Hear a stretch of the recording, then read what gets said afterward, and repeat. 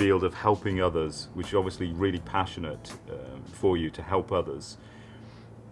What has been your journey? You're prepared to share some of it with the people out there? I mean, how I've come to be, like where what I had to do to get here as a healer, or just as a person, or everything? Your own journey through healing, if you could share some of that to get to where you are now.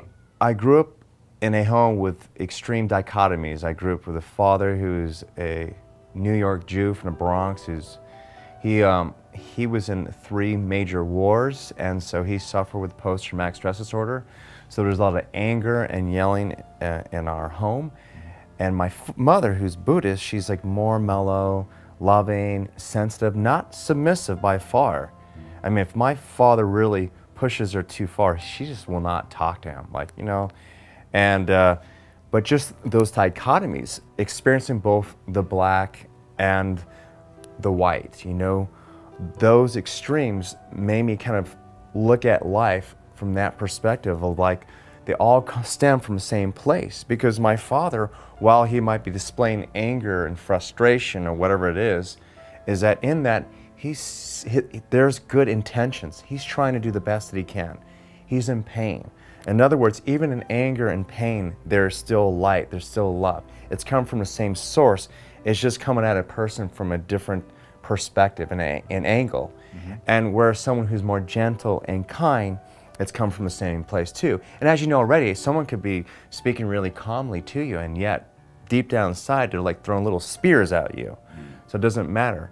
But growing up in that dichotomy made me look at life differently, made me see things differently. I saw my father suffer a lot. I saw my mother be okay with things. I saw her look at life and be able to be in a now moment, to really enjoy life. And so pain, joy, pain, joy, pain, joy. Yeah. And then that just kind of continued, you know, my life into where I ended up in therapy and doing different, and of course I got into trouble different times. Did you? Oh yeah. What did you do? What did you do wrong? Oh, when I was 16, grand theft auto. But that was actually being drunk at a high school party and stealing a girl's car, and we wrecked it. So the only way for her to like get money for it on her insurance was say we stole it. But I got that on my record. But from a, you know, DUI, driving under an influence, little things like that.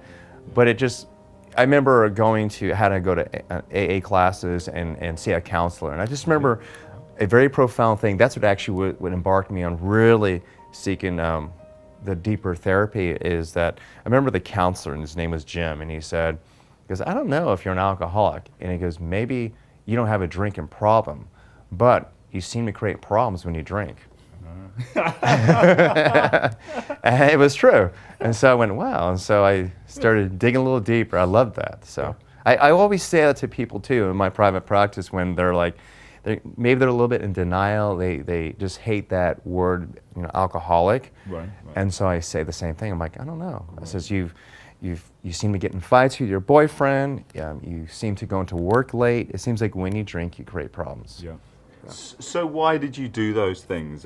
How can you see that? What were you doing by taking the car and drinking a lot? What was it doing for you as far as like your past was concerned? How was it?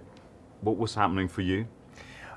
There's so many ways to answer this, and I think is that first off, it was part of what we were all doing. My community, we just partied, and secondly, I was in probably a lot of pain. I didn't understand myself. If anything, back then I also played in the band, and so what people admired was this persona, and yet I was really insecure inside. I didn't really like my life for whatever reason. My father had beat me a lot when I was younger and said a lot of negative things, so maybe there was a lot of insecurities from that. I'm not really sure.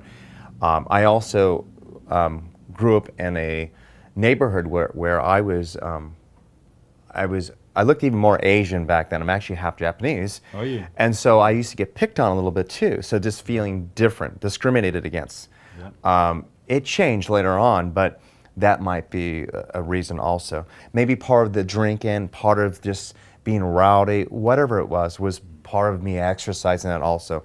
It was my only outlet, and I had no other way to kind of communicate with my friends.